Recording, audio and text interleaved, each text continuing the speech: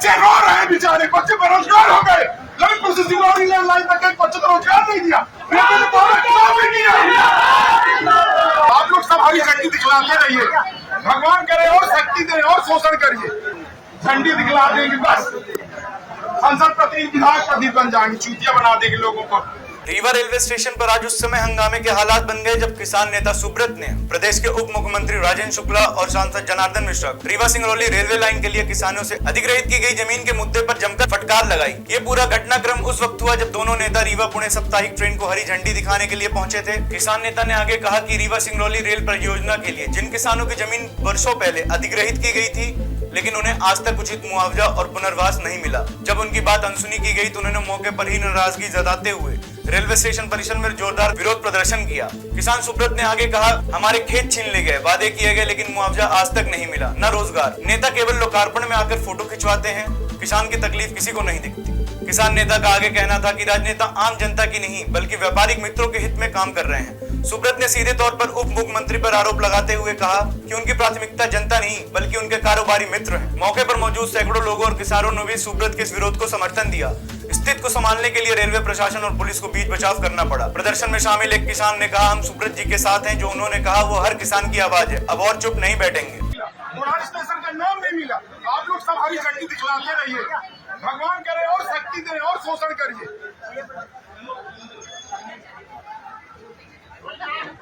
अरे आप तो प्रतिनिधि हैं, आप किसानों की बातें नहीं उठाते, झंडी दिखलाएं, जमीन नौकरी झंडी का कौन दिखलाएंगे?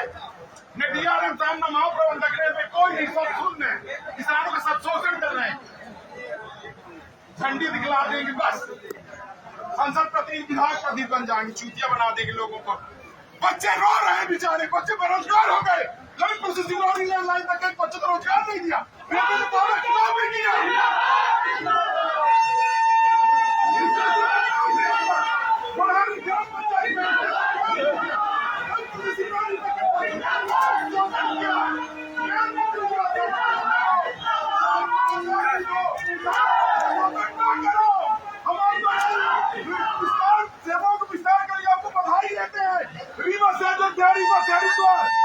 पूरे देश के कोने से जुड़ना चाहिए, लेकिन रेल से विस्थापित बच्चों को रोजगार मिलना चाहिए।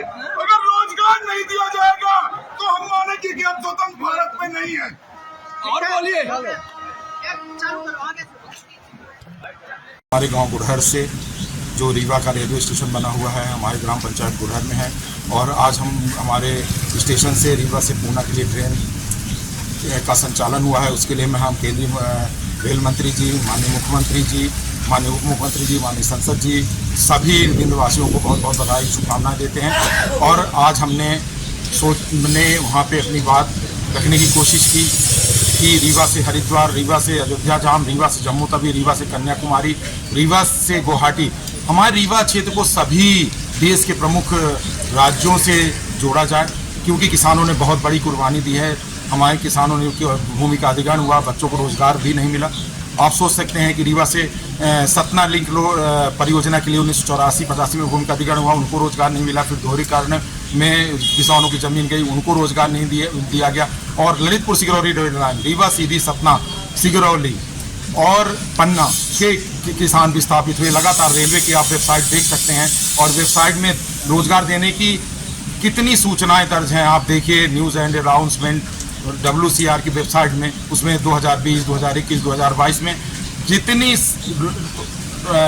जानकारियां, निर्देश नौकरी देने के संबंध में अपलोड हैं, लेकिन आज तक बच्चों को, सभी बच्चों को रोजगार नहीं मिला। तो हम आपके चैनल के माध्यम से माननीय प्रधानमंत्री से, माननीय रेल मंत्री जी से, रीवा संभागायुक्त महोदय से, सभी जिलों कलेक्टर, माननीय कलेक्टरों जी से मांग करते हैं कि आखिर भूमि अधिग्रहण किस अधिनियम के तहत किया गया है। जिस अधिनियम के तहत किया गया है उस अधिनियम के प्रावधानों को लागू कर किसानों को, बच्चों को रोजगार दीजिए। कुछ को नौकरी दे दी गई है, कुछ को नौकरी नहीं मिली है। और हम अपने माननीय संसद जी से, हमारे यहाँ 4 लोकसभा क्षेत्र हैं, रीवा, सतना, सीधी और खजुराहो, उन सब से और माननीय उप मुख्यमंत्री जी से करबद्ध प्रार्थना करते हैं कि भूमि अधिग्रहण हुआ है, वो बच्चे विस्थापित हुए हैं किसान, उन बच्चों को रोजगार दिलवा दीजिए। क्योंकि रेल जब तक दुनिया रहेगी तब तक रेलगाड़ियां चलेंगी, लेकिन बच्चे आप लगातार मानसिक रूप से परेशान हो रहे हैं। आखिरकार बच्चे ओवरएज हो जाएंगे। आप सोचें। और जिस भूमि अधिग्रहण के तहत हम कहते हैं कि आपसे